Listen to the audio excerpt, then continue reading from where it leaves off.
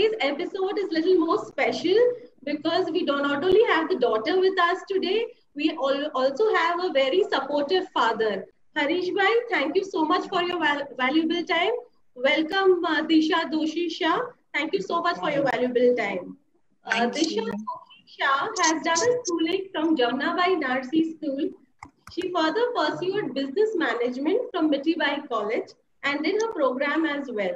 She worked for international sales at Unipass Polymers in Dubai for a year before she joined her family business, Mega Star Products Private Limited. She was instrumental in setting up global products in Zambia, which is now Impact Private Limited. After marriage, she joined hands with Organize, which was into manufacturing of women bags and pouches. From a manufacturing setup, she has spearheaded the e-com website and Organize is now a gifting aggregator in personalized gifting space.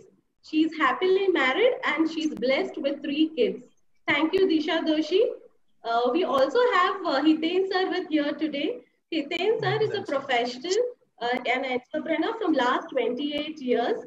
He's a faculty at SPGN School of Global Management and he teaches strategy to our students and he's very passionate about teaching. Hiten sir, over to you. Thank you so much, Sabina ma'am, for the introduction. Welcome all the viewers. Welcome back again. Those of you who have already been connected with us for last 2 episodes. Those of you who have joined us new, welcome all of you. It's a different Sunday, different speakers, but what remains same is our mission. And that mission is grooming daughters in family business. And how do we look at our daughters or daughter-in-law for joining our family business or grooming them in our family business? The first episode, we had a speaker called Sabina Bhanpurwala. And the uniqueness about her was that she joined her father's business. The second episode we had Meghna Chandrachud. And she, along with her husband, started a new business. Today, we have Miss Disha Doshi.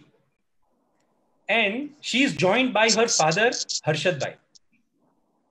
And Disha is unique from the other two by starting her own venture after wedding, after her marriage. So first of all, welcome Disha. Welcome to the show. Thank you. And welcome Harshad Bhai. Thank you so much for being here. It's my pleasure. So Disha, it's very interesting that, after your marriage, you started your own business. But I'm sure that, business acumen, business ideas, business experience doesn't come overnight. It's not an overnight thought. It's something which is well thought out. Mm. And what made you decide you wanted to always do a business? What were those early foundations in your life which made you think, I want to do a business. I don't want to do a job.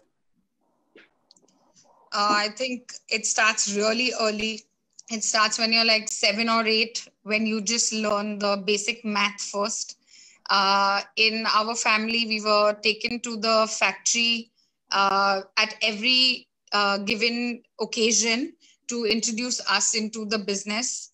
And it was always opened for all of us to come and join the family business. Whoever wanted to join the business. Whoever wanted to learn something and take the opportunity somewhere else. I think we've seen both sides of the business, both sides of siblings who have done that.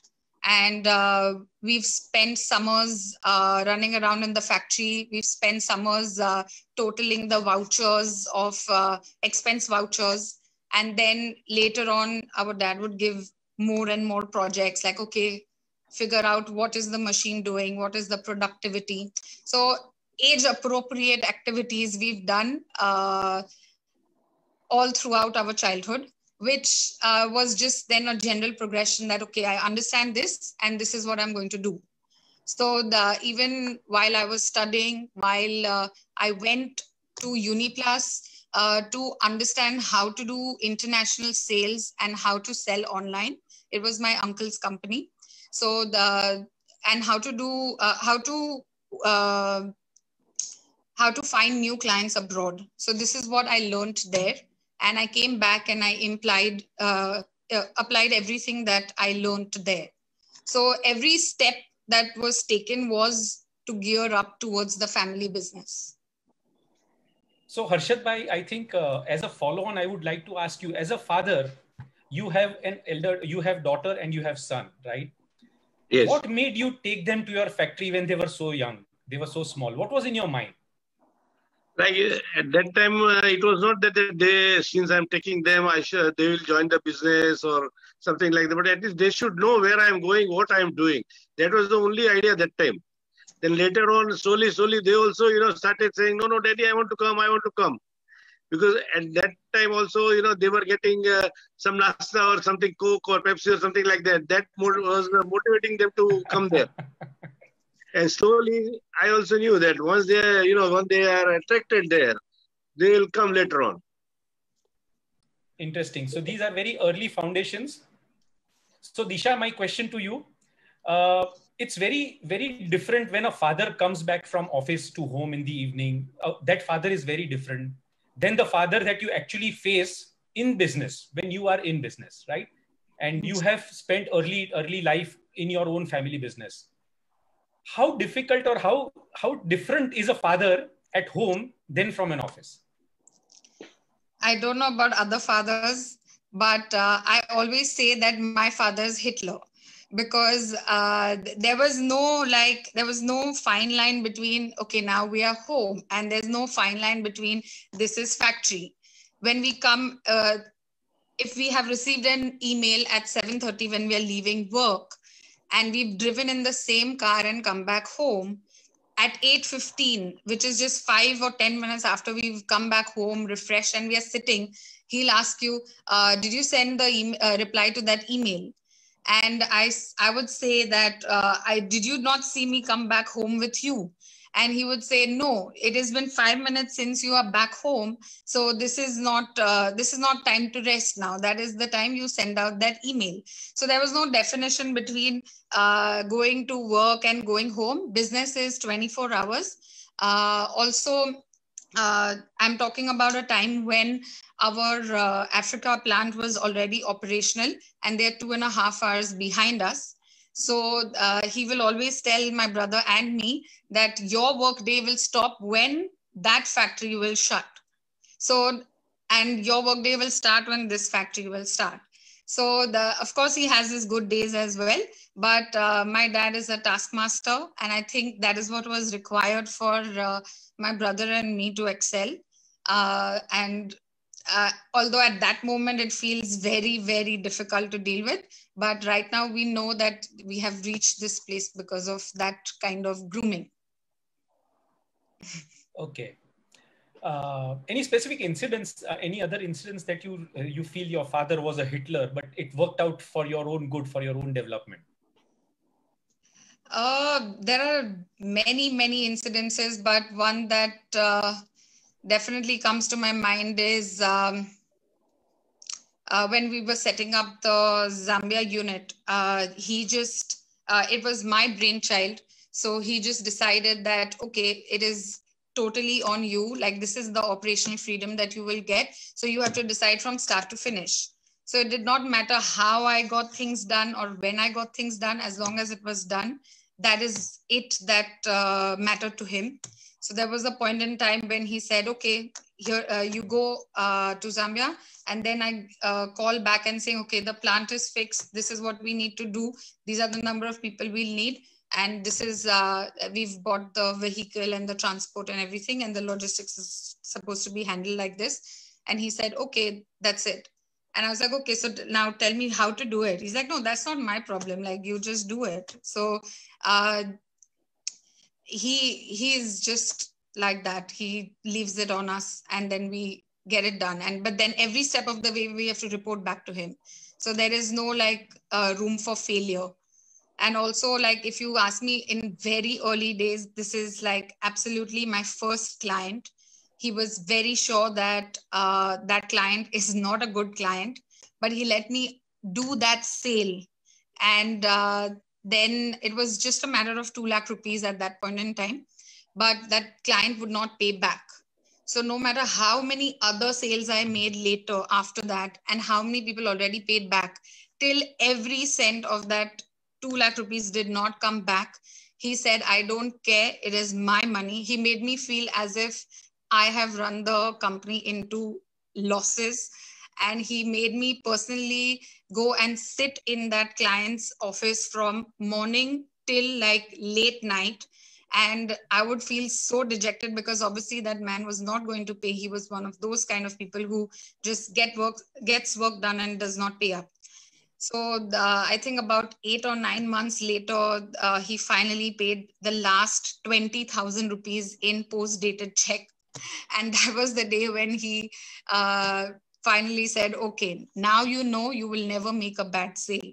And that is reality. I will not make a sale now to somebody who I know who will not pay up. I would rather not increase the turnover, but make sure that it is never going into bad debt. It's amazing. Amazing. What better school than a father? A father is yes. aware, and a father knows that that customer is not worthy of credit. Okay. But he lets his child make that mistake. Okay. And then pushes the child to ensure that you get your money. You get my money, not your money, my money.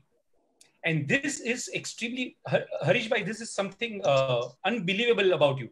You made her do this mistake, and then you follow it up with her. Something that I'm very keen to understand, Harish bhai, from you is, you sent your daughter to a country in Africa. You give her operational freedom. What was in your mind? Were you never scared that, you are sending your daughter to a country all alone, leaving all decisions to herself? Of course, she reports back to you, but leaving all the decisions to her. What was in your mind? How did you think about this? First of all, I was, quite sure of her capabilities. And it is like a bungee jumping, that when you jump down, it's a valley. But I know that I have tied a rope also behind. At the last moment, I can pull it up. Wonderful, wonderful. So it was like that. So I know what she was exactly doing over there. Hourly or maybe 2-3 hour report I used to get. And there were also a few friends over there. I told them that, okay, now you also keep track on her. She is there alone. So whatever help she needs, you please try and help her out. So that was as I said, it was like a bungee jumping. That the control was there, but she was thinking that she's alone, and she had done it that way only. And regarding that first client, what she described, it was like paying a college fee. See, you pay, it doesn't pay back. But when you lose that 2 lakh rupees, and when you try to get back, it teaches you quite a lot. How to survive, how to sit in front of the client, what to do, what not to do, how to cry over there, and how to get back your money.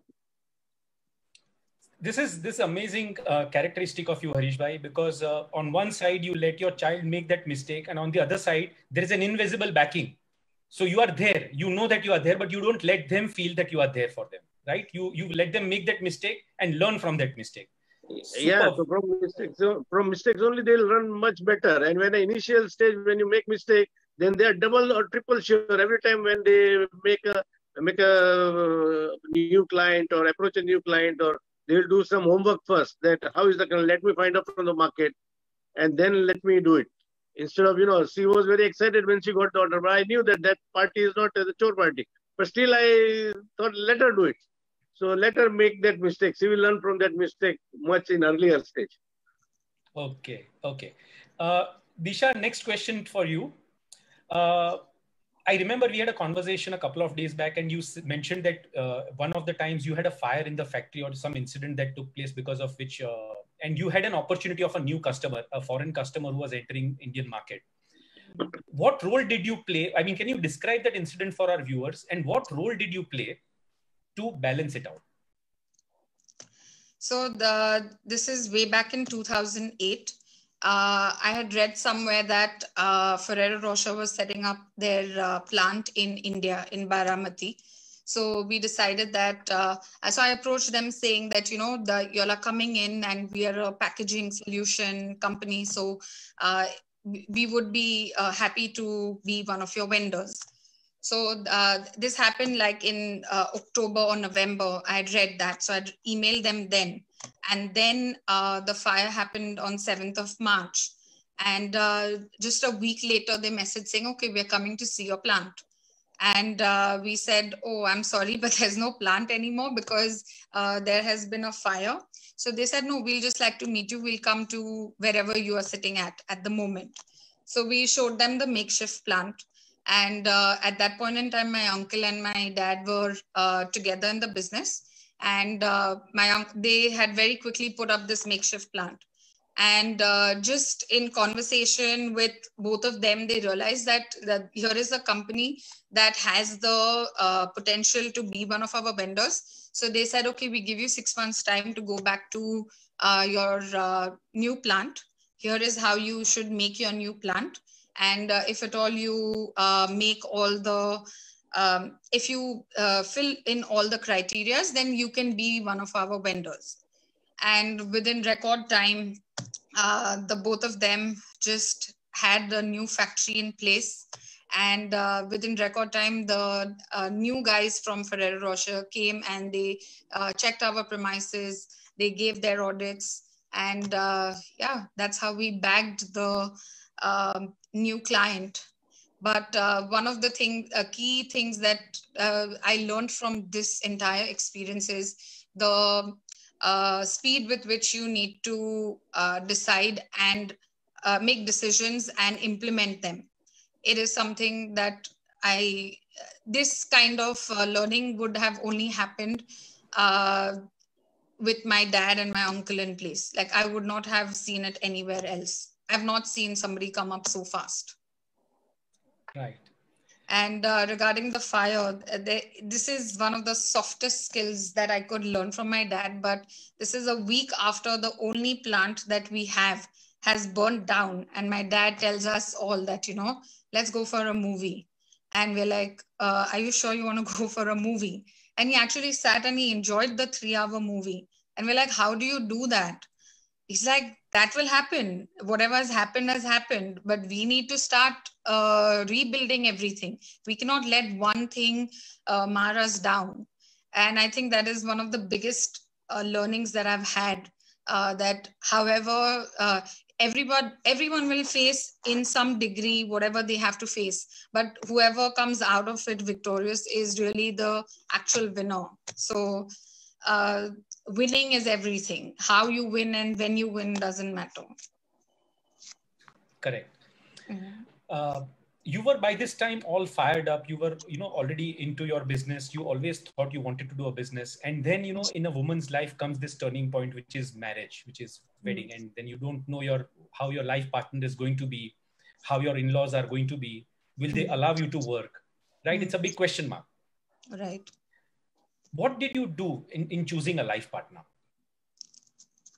So this is one of the things that I would add, because since we are already on the subject of grooming, that, how a normal dad would ask, what does the boy do?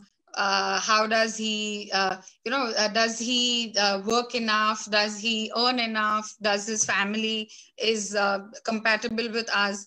My father, plain point blank, one day asked me, have you told the boy that you do business? I was like, yeah, I have. I told him I'm in the family business. He said, no. Have you really told him that you're one of the important people in the business and that you're not going to leave it or stop doing it after marriage? So I was like, yeah. And then he said, no, I want you to ask him again.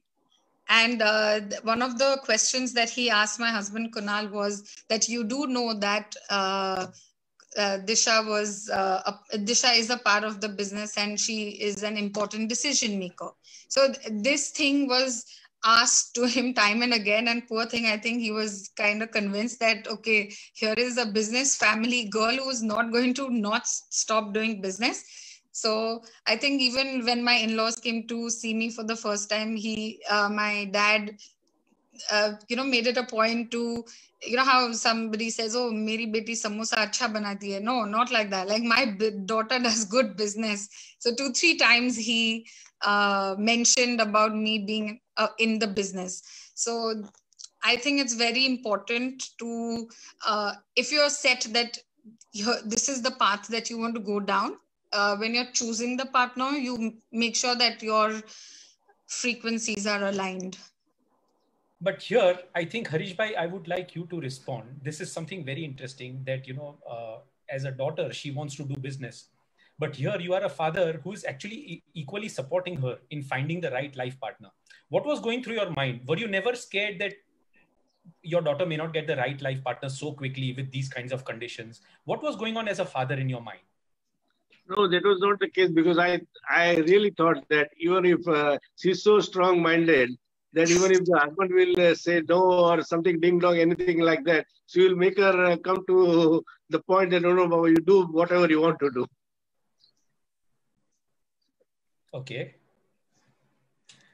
So Disha, you started, after your marriage, you started a new venture, and it has become a very, very successful venture today. Some few words on what you have done. How did you start this business after marriage? So when I got married, I was very clear that I do not want to be a part of the family business. This was not because my brother was still studying. It was never because of my brother or anything, but I was very clear that I don't want to be one of those girls who gets labeled that, okay, she bhag mangyo, like, uska hissa mang diya. I didn't want to be one of those girls. So I had decided very early on that if anything, I would start my own business. And that is what I did. It took me a while. It took me 1 or 2 businesses before I found Organize. Organize, I found at a very crucial stage in my life, because I had just had a miscarriage. And I decided that I want to start something new. There was so much fire and anger within me that whatever came next had to be something that I will squeeze and get the best out of. So the negative emotion really helped in making this venture go from big to better to best. Organize is when I first started with Organize, we were manufacturing women's pouches and purses and organizers basically. And slowly from manufacturing, we decided that we'll never be able to scale it up the way we wanted. And so we decided to become aggregators of personalized gifting. When I first met my partner, Riddhi, she was she used to sell from exhibition to exhibition. It was not an organized everyday sale. It was one exhibition, and then a couple of months go by, and then there is another exhibition. So we decided that, okay, she can continue doing that, but I will do the sale online. So there were about 300 Instagram followers. There was no e-com website in place. So this is all that happened within the first year. Within the first year, the company reached 1 crore in sales just online through Instagram and through Facebook. And we decided that, okay, this is something we can make it bigger. And there are thousands of other women who are manufacturing gift items, but they make it really well. Their craft is amazing, but they don't know how to do the sale. And that is where we came into place. We started finding other women like who made good crafts, and we started convincing them to get on board. We put the website in place where they can come and list their products. And it is different from an Amazon or any other place, because Amazon is a standard product that you can buy and you can sell. Here we personalize the items. So that is where Organize is in this gifting space. Okay. Sorry. I think another important thing is you have 3 children. Okay. And what I understood from you a couple of days ago was you have a 3-year-old daughter, and now 2 twin children. So, yeah. And you are so fired up for your business. On one side, you have children, you have to look after children. On the other side, you have to manage your business. You are all into business. What happens to you as a mother? That guilt factor ever comes into your mind? Now, guilt again is 2 types, right? One is the inner guilt, which a mother has by herself. And another one is an outer guilt, a societal guilt. How do you handle this? Or how would you suggest others, all other mothers who are listening to you, who are aspiring to be entrepreneurs and business people like you, with children, how do they manage this guilt factor? Like you rightly put it, there's like two types of guilt. The inner guilt made me scale down my business after I had my first child. Because right before I had my first child, actually, our business in a year's time, the top line had become the bottom line. So it was moving that fast. So the inner guilt made me tune the business down, because I was always battling whether is it time to sit and send out emails, or is it time to sit and organize all that she needs to eat, or whether she needs to get a few medicines in place, or what activities that she needs to do. So definitely the inner guilt is it is something that you decide how big or how small you want to scale your business up or down. And in terms of external guilt, I still remember when my twins were born, the teacher had called me and said, can you come and pick up and drop your daughter off to school? Because, it's a very tough time emotionally for her. So I decided, that is the right thing to do.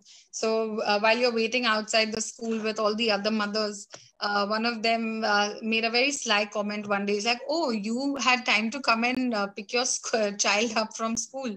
And then you send your kid with the maid to say an art class, and which is inconsequential, right? She was all but like 18 months and she's going to an art class. And over there, the mothers will tell you, oh, your maid said this. So what your maid says is a reflection on what you do suddenly. So that is the time when you decide that who you're going to not listen to, and what kind of friends that you are going to keep around you, so that you don't need mommy friends all the time, and you don't need like extreme friends who say that, oh, put your motherhood aside and like just make sure that your business is doing well. You have to decide what kind of people who you want to hang with, who appreciate what you're doing. And I think it's what you want to do. You have to decide. Wonderful. Wonderfully said. I think all the mothers or aspiring mothers who are also aspiring to be business people, this is something very interesting that Disha made a point. You have to choose what company you want to be in. There will be always people who will add fuel to this fire of, feeling guilty. Are you looking at people who are going to inspire you? But Harshad bhai, Harish bhai, I need last closing statement from you. You have son, you have a daughter. Okay. You have never had any gender bias in bringing them into business. You have always supported them. What would you as a father talk to other fathers who are listening to you today? Like as a daughter, see, we have got a limited time for her to give our inputs and our skills. We all want to give whatever best what we have inside to our children. But for a girl, as a girl, we have got a limited time, because we know that in 2 years, 3 years, she's going to get married. And with the son, we have got a lot of time. So I was just behind her, that I should give all my inputs, all my abilities, all my whatever skills I have. And, I was a bit successful, that I thought, and happy also, and satisfied also, that I gave whatever best was there in me, and she carried it forward. So with girls, we have very limited time. So give them full attention and give them whatever best you have in very limited period of time, other than the boy. Because boy was enough time, they are there with you for a long time. Fantastic, Harish bhai. Just loved the way you said it. Girls are with us for limited time. Daughters are with us for limited time. Give them most of your time. Give them most of the grooming. Be a progressive father. That's the entire mission of what we do. And to all the viewers, I would just share this screen. As we say all the time, again and again, at Asian Institute of Family Managed Business, our core purpose to conduct this program is to inspire father-in-law, husbands to support their wife, to support their daughter, to support their daughter-in-law. And we strongly believe in this purpose. And those of you who believe in this purpose, please get connected to us. We need support. We need discussions to happen. We need debates to happen. Those of you who want to join us can contact Ms. Sujata Roy. Her number is 98339-678-687. The number is there on your screen. You can take a snapshot. Please like our Facebook page. Please follow us. We will be back same time next week with another speaker and to get much more and learn much more from others. Thank you so much, viewers, for joining us. And it's been a pleasure to have you. Thank you, Harish Bhai, for being here. And Disha, it was absolute pleasure. I think we all have loved the session. Thank you so much. Thank you so much. Thank you.